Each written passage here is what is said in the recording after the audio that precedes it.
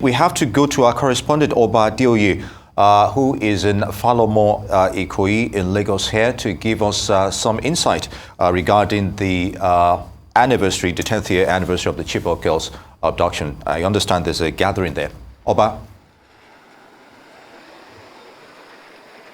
Yes, Nii, unfortunately, there is no gathering here. This year, we can see, because last year we were here and there was gathering, it was an annual event, but this year is different because there's no sign of any gathering that is built to take place here at the Falomo roundabout. But we can see that the hashtag Bring Back Our Girls movement, touched on the banners and the pictures of the missing girls that have been around this roundabout for many years now. They keep changing the pictures anytime they fade due to climatic conditions. So this year they have changed that, and you can see this particular backdrop here calling attention of people to the fact that as much as 91 girls are still not accounted for out of the 276 that the Boko Haram terrorist group kidnapped in 2014. Is a continuous campaign to bring back these girls and unite them with the family.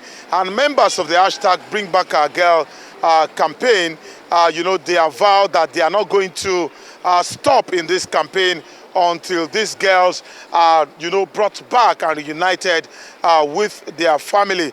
It's 10 years, and some of these parents are still mourning. Some of them really do not have an idea if their daughter or daughters are still alive or somewhere, perhaps married to somebody somewhere that they don't know of. Remember that the Boko Haram once told us that some of these girls had been sold into slavery, while some had been married off to other terrorists or to other people in other parts of the world. So the members of the hashtag Bring Back Our Girls campaign are relentless in their, in their determination to see that these girls return and are reunited with their families.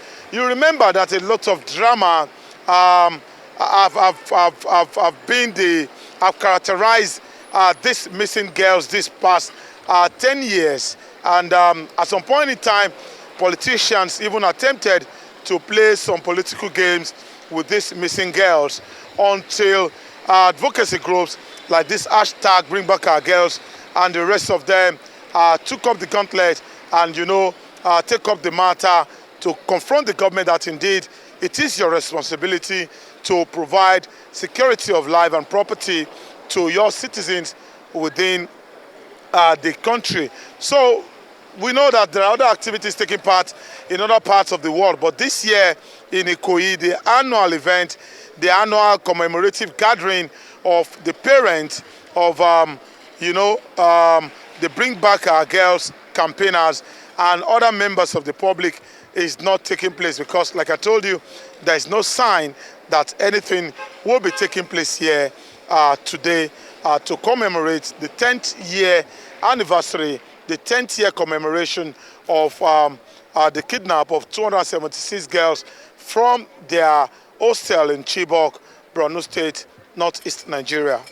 All right, Oba, we've done this for almost 3 years running, so it's rather unfortunate that a place where I thought had become like a mini shrine, if you permit me to use that word, because usually people would always gather there, would always report on it here on the Rise News about the people who have gathered there, not just to remember, but also to challenge the government to do more. On the 10th year anniversary, we have showed up, they haven't showed up. Is it a case of fatigue? Or do you think maybe force majeure just stop them from showing up because it's really disappointed? Yes, Aaron, it appears like fatigue is setting in for the event here in Lagos. I may not be able to speak authoritatively about other commemorative events taking place in other parts of the country.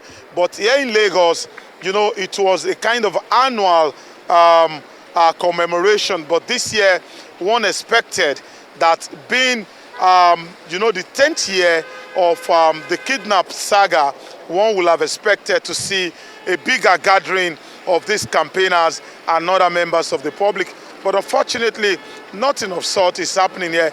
Perhaps the organizers have bigger plans of, doing something bigger than what we used to see in the past. Or perhaps, like you said, fatigue may have set in, and they may be getting tired and losing hope gradually about the return of this student, of these girls.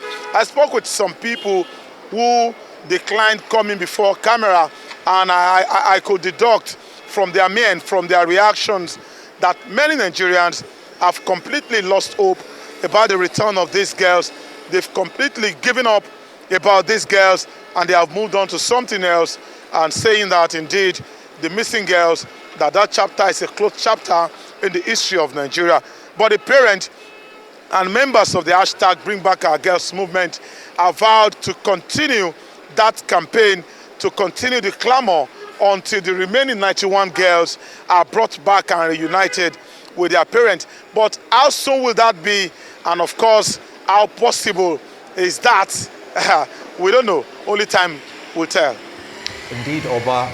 And, from your thoughts, you can't help but think, the movement is losing steam here in Lagos. But let's talk about the media's role in all of this as well.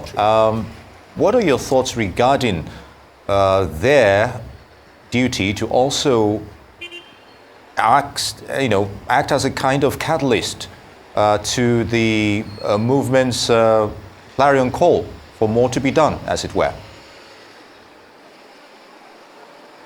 Okay, the media too has a role to play in all of this, and they have a share of the blame, if you ask me. A popular communication scholar, that's Harold Laswell, he said the media takes the form and coloration of the society in which it exists.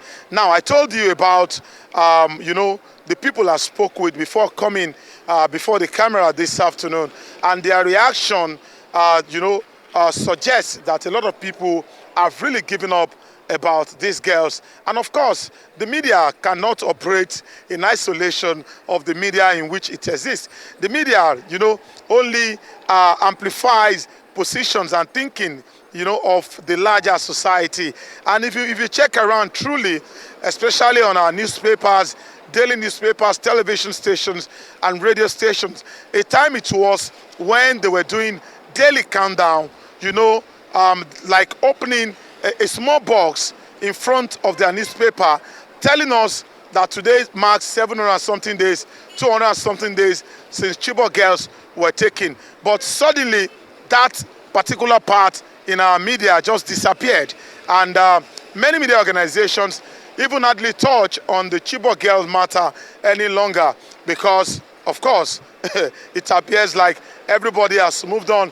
But for me, I think the media needs to rediscover itself, and of course, restart that process of holding the government accountable and reminding us that, of course, injustice done to one is injustice done to all. These girls are the future ahead of them, and that was the reason why they were in school studying, for their examinations, having that dreams in their mind that one day they were going to become somebody important in the society. But that dream was suddenly, cut short. The dream suddenly evaporated in April 2014 when the terrorist organization, ravaged their schools and took them into captivity. Some girls were lucky, but others have not been so lucky, 91 of them precisely. So back to your question, the media, and of course, as a matter of fact, the society at large has a duty to these missing girls to continue, hammering it on into the hearings of people in position of authority, that the responsibility lies on them to ensure that these girls are brought back and reunited with their parents.